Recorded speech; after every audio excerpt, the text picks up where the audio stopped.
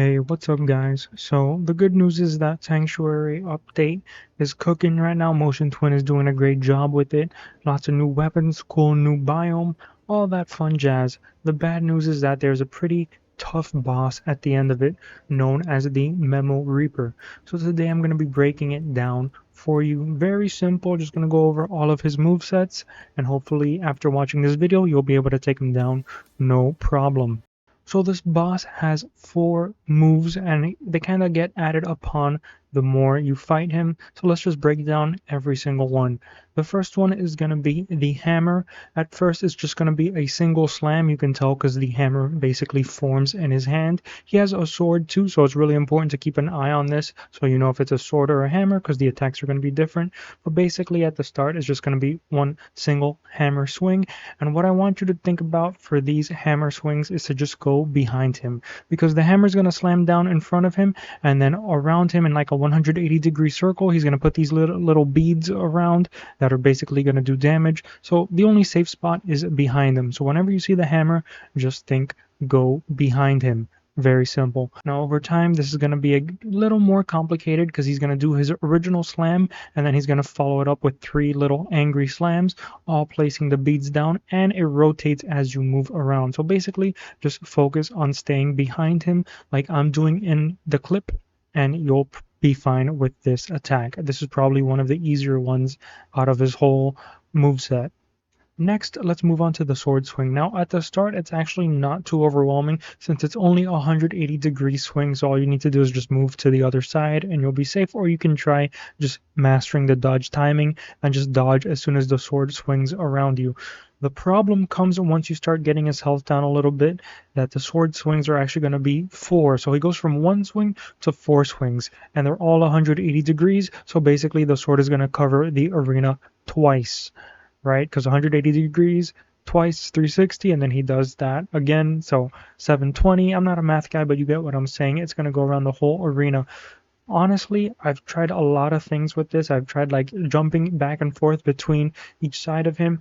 I honestly think the easiest thing for you to do is just to stay on one side. That way you only have to worry about 2 of the sword swings if you time it right, and then you just work on your reflexes, right? This is just going to be a skill check here where you either use your invincibility frames if you have a weapon that has nice iframes to last through the whole attack, or on the other hand you just dodge twice pressing the spacebar or whatever button it is on controller to dodge the 2 swings like I'm doing in the clip. That's probably the easiest way to go about the sword attack.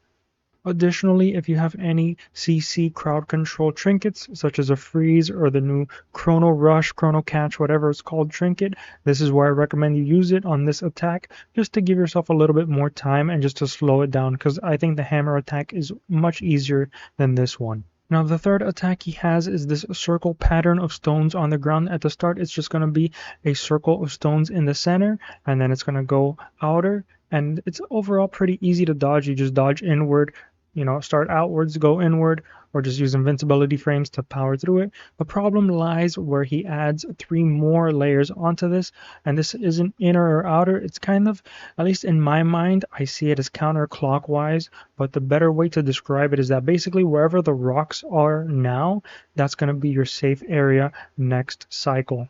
Basically, there's going to be 3 of these, so wherever the rocks are, that's where you're moving to next, if you want to think about it this way. To me, I just think of it as counterclockwise. I'm just moving with the rocks, but to each your own. You're looking at the clip, you can kind of break it down in your own memory and see what works best for you. It's just a matter of dodging and knowing where to go, especially when you have a bunch of things on the ground. Maybe you're using the Anchor Boom's held attack. It could get lost because the circles are not very vibrant. They're kind of like this weird gray mist, so just keep an eye out for that. Overall, this one's not too bad. Now this is a first for Windblown. This is kind of a World of Warcraft raid mechanic here where the boss summons an ad. Now it's nothing too complex. First thing you got to keep an eye on is the actual ad landing. That does damage, so don't be standing where the ad lands. And secondly, you kind of want to kill this as quickly as possible because the ad doesn't attack. It basically just heals the boss. Now the heal is nothing too crazy. It's not too much, not too little, but it does tick over time. So if you leave the enemy alive, maybe you're dodging, fighting for your life against the boss is just going to heal right back up. So make sure to kill the ad as quickly as possible.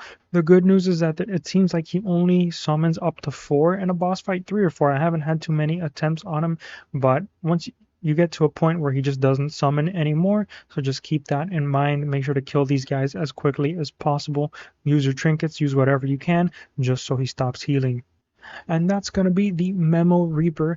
All in all, I think the hardest attack to deal with is going to be the sword swings, especially the 4 in a row, because that's really just a skill check and getting the timing down. Of course, you can use your iframes throughout this whole fight. It's going to be your best friends here, especially when you're dealing with that ad and then the sword swings and the hammer.